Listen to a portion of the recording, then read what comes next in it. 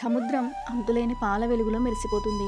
దేవతలు, అసురులు ఒక్కచోట చేరి అద్భుతమైన దివ్య కార్యానికి సిద్ధమవుతున్నారు.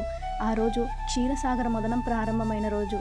అదే రోజు ఆకాశాన్ని తాకే ప్రకాశంతో అవతరించింది సౌందర్య, ఐశ్వర్య, కరుణారూపిణి శ్రీ మహాలక్ష్మీదేవి. ఆమె క్షీరసాగరం అలల మధ్యన జన్మించింది ఈరోజే.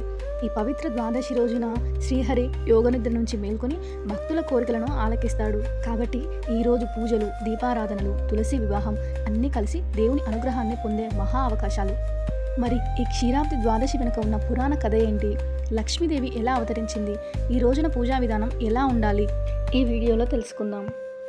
పురాణంలో దేవతలు, దానవులు, అసురులు అందరూ ఒక మహాయజ్ఞం కోసం క్షీరసాగరాన్ని మదించేందుకు సిద్ధమయ్యారు.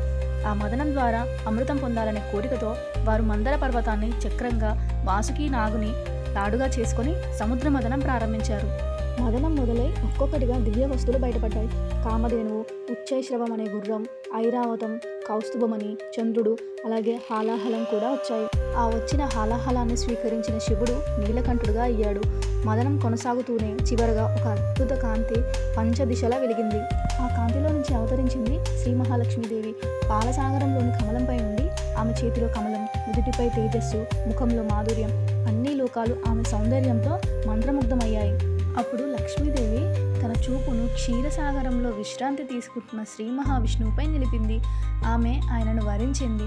అలా ఆ రోజు శ్రీ లక్ష్మీనారాయణుల దివ్య కలయిక జరిగింది. ఆ రోజు ద్వాదశి తిథి కావడంతో అదే క్షీరాబ్ది ద్వాదశిగా ప్రసిద్ధి చెందింది.